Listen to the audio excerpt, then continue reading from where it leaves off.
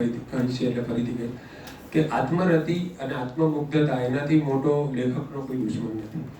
આત્મમુગ્ધતા એટલે પોતે જ પોતાની રચના પર મુગ્ધ થઈ જવું. આત્મરતિ એટલે પોતાના જ પ્રેમમાં રાચવું.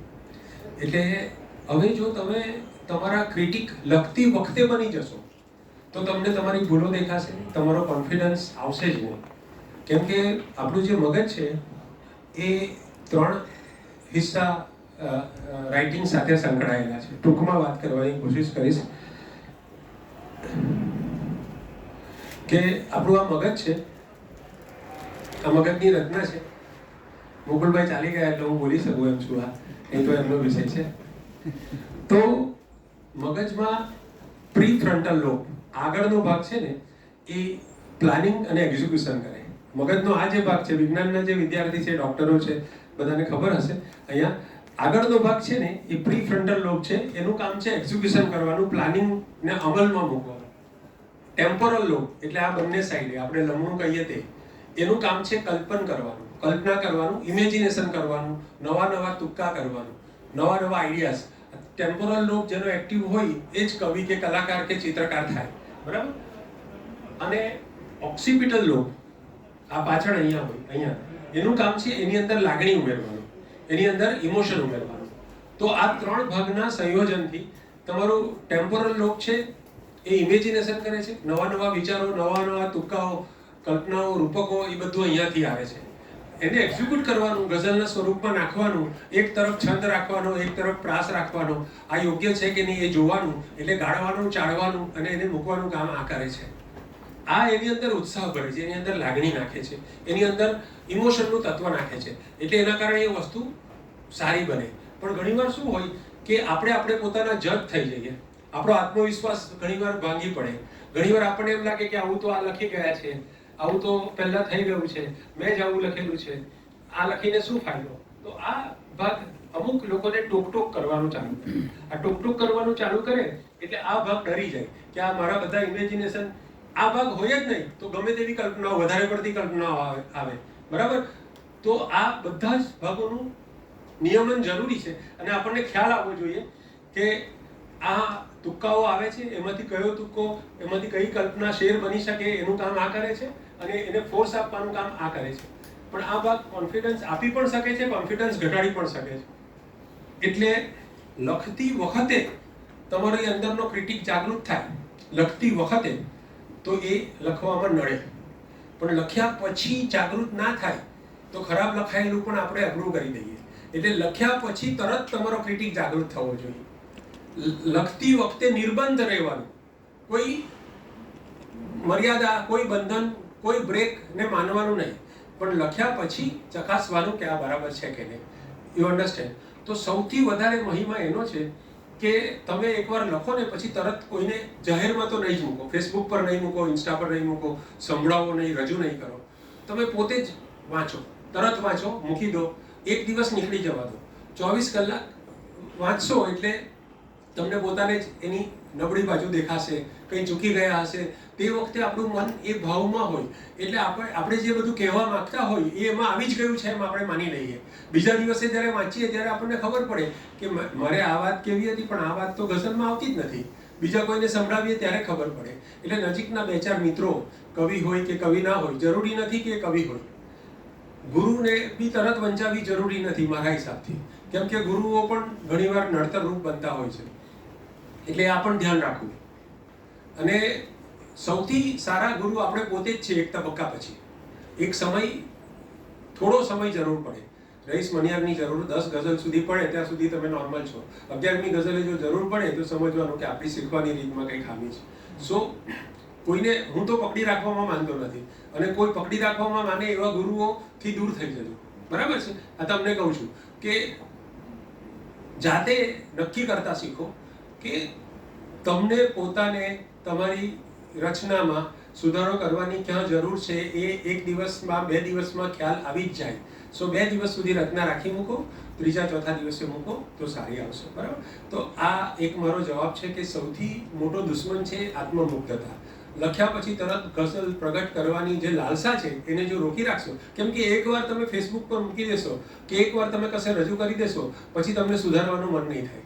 એટલે 2-3 દિવસ 4 દિવસ રચનાને રહેવા દો, એને મઠારો. પહેલાં પોતે જ મઠારો, પછી કોઈ મિત્રને બતાવો, સંભળાવો. એ મિત્ર કવિ ન હોય તો વધારે સારું છે. મિત્ર કવિ ના હોય તો વધારે સારું છે, બરાબર. કવિ હોય તો વાંધો નથી, પણ પછી બહુ ઊંચા કક્ષાનો કવિ હોય એને નહીં સંભળાવવાની પહેલાં, અને પછી ધીરે રહીને તમે ગુરુ પાસે જઈ શકો છો. જરૂરી નથી પણ જઈ શકો છો. સો ધીસ વે 4-5 દિવસનો ટાઈમ લો અને પછી રચનાનું જે ફાઇનલ સ્વરૂપ થાય તે લોકોની સામે મૂકો. એ સિવાય ઈમાનદારીથી લખો, જે કંઈ લખો તે. કોઈના જેવો શેર થઈ જાય તો તમે તમારી રીતે લખ્યો છે, તેમાં તમારી સ્ટાઇલ છે, તમારો અંદાજ છે, તમે દેખીતી ચોરી કરી છે તો તે ઠીક નથી. પણ કોઈના જેવો શેર છે, મતલબ સરખો છે, પણ શૈલી જુદી છે તો વાંધો નથી. સવાલ આપણે આપણી જાત સિવાય બીજા કોઈને જવાબ આપવાનો નથી. We are answerable to ourselves only. એટલે આપણી પોતાની જે ઇન્ટિગ્રિટી હોય કે ભાઈ આ મેં ક્યાંથી લીધું છે, અમે કોઈ જગ્યાએથી ઉઠાવેલું છે. જો તમને એવું લાગે કે કોઈ જગ્યાએથી ઉઠાવેલું જ છે, બેઠું છે, તો એ કાઢી નાખો. કોપી હોય તો કાઢી નાખો. તમને એવું લાગે કે ના મેં અહીંયાથી ઇન્સ્પાયર થઈને લખ્યું છે, તો ક્યારેક એ કહેવાની હિંમત રાખો કે મેં મરીઝ સાહેબની આ ગઝલ વાંચેલી, એમનો આ શેર મને બહુ ગમી ગયેલો, તો પછી એ મનમાં ચાલતો તો એના પરથી આખી ગઝલ બની છે. એક શેર એમના જેવો છે, બાકીના અલગ છે. આટલી કબૂલાત કરવામાં શું ખોટું થઈ જવાનું છે. એટલે ક્યાંકથી પણ કઈ વસ્તુ લીધી હોય કે ક્યાંકથી કઈ આવી હોય, ઘણીવાર પકડાતું નથી, લોકોને ખબર બી નથી પડતી, પણ આપણે કબૂલાત કરવા જેટલી ઈમાનદારી રાખવી જોઈએ. આટલા વર્ષોથી આટલા લોકો ગઝલકારો ગઝલ લખે છે, તો સામ્ય તો આવવાનું જ. તમારા ભૂતકાળના શાયરો સાથે સામ્ય આવવાનું. જ્યારે તમે લખો પછી તમને એમ લાગે કે આમાં તો કંઈ જ નવું નથી, આમાં કંઈ અલગ વાત નથી. અચ્છા, બીજાની સરખામણીમાં બની શકે કે બીજા કવિઓ તમારા કરતાં ખૂબ સારા હોય અને તમને એની સરખામણીમાં કવિતા તમારી નબળી જ લાગે, તો લખવાનું બંધ ના કરાય. તમારે ખાલી એમ જોવું પડે કે મારો વિકાસ થાય છે, મારી આગલી ગઝલો કરતાં છેલ્લી 10 ગઝલો કરતાં એના પછીની 10 ગઝલો સારી આવી છે. ઇટ મીન્સ કે યુ આર પ્રોગ્રેસિવ, બરાબર. તો હું પણ જ્યારે કોઈ કવિને જોઉં છું તો એને હું એબ્સોલ્યુટ દ્રષ્ટિથી નથી જોતો કે ભાઈ ગઝલના માપવાના ધોરણો છે, એ ધોરણ પ્રમાણે આની કવિતા નબળી છે એમ નથી જોતો. હું એમ જોઉં છું કે એની જૂની 10 ગઝલો કરતાં નવી 10 ગઝલો સારી છે ને, ઇટ મીન્સ કે એ પ્રગતિ કરે છે. તો આ રીતે તમે તમારી પોતાની જાતને પણ મૂલવતા શીખો. તો સારી ગઝલ લખવા માટે પોતે સેલ્ફ જજ થવું, સેલ્ફ ક્રિટિક થવું એ બહુ જરૂરી છે. ઓવર ક્રિટિકલ નહીં થવું. પોતાની જાતને, જેમ ગાલિબના શેરોમાં હતું, ગાલિબે હાલીના શેર સુધાર્યા ને કે મેરી જાન તુજે અબ હોના પડેગા, તો પોતાની જાતને ટપારો તો ગુસ્સેથી નહીં ટપારો, પોતાની જાતને પ્રેમથી ટપારો. પોતાની ખામીનો સ્વીકાર કરો, ત્યારે પોતાને ધિક્કારો નહીં, પ્રેમથી ખામીનો સ્વીકાર કરો અને પછી એના પર કામ ચાલુ કરો. પ્રેઝન્ટ સિચ્યુએશન છે એને ધિક્કારો નહીં કે હું બહુ ખરાબ ગઝલ લખું છું અને મારે સારી ગઝલ લખવી છે. આ રીતે કોઈ દિવસ લખી નહીં શકશો. હું ઠીકઠાક ગઝલ લખું છું, મારી અંદર અત્યારે ભલે ગઝલ સારી નથી પણ સારી ગઝલ લખવાની શક્યતા છે અને મને વિશ્વાસ છે કે હું લખી શકું છું. આમ વિચારશો તો જ ગઝલ સારી લખાશે. પ્રેઝન્ટ કન્ડિશન, વર્તમાન અવસ્થાના અસ્વીકારથી જીવનમાં કદી પણ સફળતા મળતી નથી. તમારી જે વર્તમાન સ્થિતિ છે એને પહેલાં પ્રેમથી સ્વીકારો. એક તો એનું રીડિંગ આપણને આવડવું જોઈએ, આપણને એનું જજમેન્ટ ખબર હોવી જોઈએ કે મારી વર્તમાન સ્થિતિ સાહિત્યમાં આ છે, હું અત્યારે આ લેવલ પર છું. એના વિશે આપણા મગજમાં કોઈ ભ્રમણા નહીં હોવી જોઈએ, કોઈ ઇલ્યુઝન નહીં હોવું જોઈએ, બરાબર. વર્તમાન સ્થિતિનો સ્વીકાર કરવાનો, પ્રેમપૂર્વક સ્વીકાર કરવાનો કે ઓકે, મારી ગઝલ અત્યારે એવરેજ છે, અત્યારે નબળી છે, પણ મને એવું લાગે છે કે આમાં શક્યતા રહેલી છે, એટલા માટે હું પોઝિટિવલી આગળ વધવાનો પ્રયાસ કરું છું. This is the only way to move forward, બરાબર. ઓકે, તો હવે કઈ દિશામાં આગળ વધવું છે? મારી પાસે 4-5 વિકલ્પો છે આગળ વધવા માટે, પણ સમય છે આપણી પાસે માત્ર 1 કલાક કરતાં પણ ઓછો. તો તમારી કોઈ ખાસ ઈચ્છા હોય, કોઈ રિક્વાયરમેન્ટ હોય, કોઈ કે ભાઈ આ તમે કર્યું પણ આ કરો, એવું કંઈ હોય તો તમે મને કહી શકો છો. સર, અત્યારના ગઝલકારોની હેલો, માઈક આપો. અત્યારના ગઝલકારો માઈક લો, માઈક. રેખતામાં તમે પરંપરાના શાયરો વિશે તો બહુ સરસ એપિસોડ્સ કર્યા છે, પણ નવા શાયર જે અત્યારે છે સમકાલીન, એમની અને હવે પછી લખનારાઓ માટે તમે શું કહેશો? ચોક્કસ.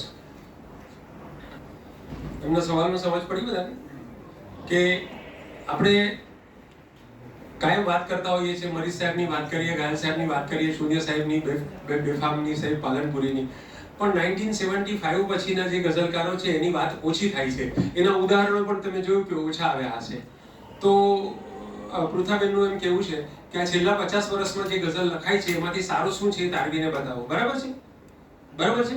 ઓકે. તો આપણે પૂરું કરવાનો સમય શું છે મયુરભાઈ? 5:30. અત્યારે કેટલા વાગ્યા? 4:30. ઓકે. તો મારી પાસે મારો એક લેખ છે.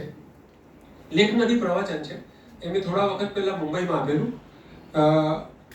એનો થોડો હિસ્સો હું અહીંયા વાંચીશ અને એની અંદર મેં કોશિશ કરી છે કે ગુજરાતી ગઝલના છેલ્લા 50 વર્ષ. તો આઈ વિલ ટ્રાય કે છેલ્લા 50 વર્ષમાં હું રજૂ કરી શકું. 5 ને 25 થાય એટલે મારું ધ્યાન દોરજો.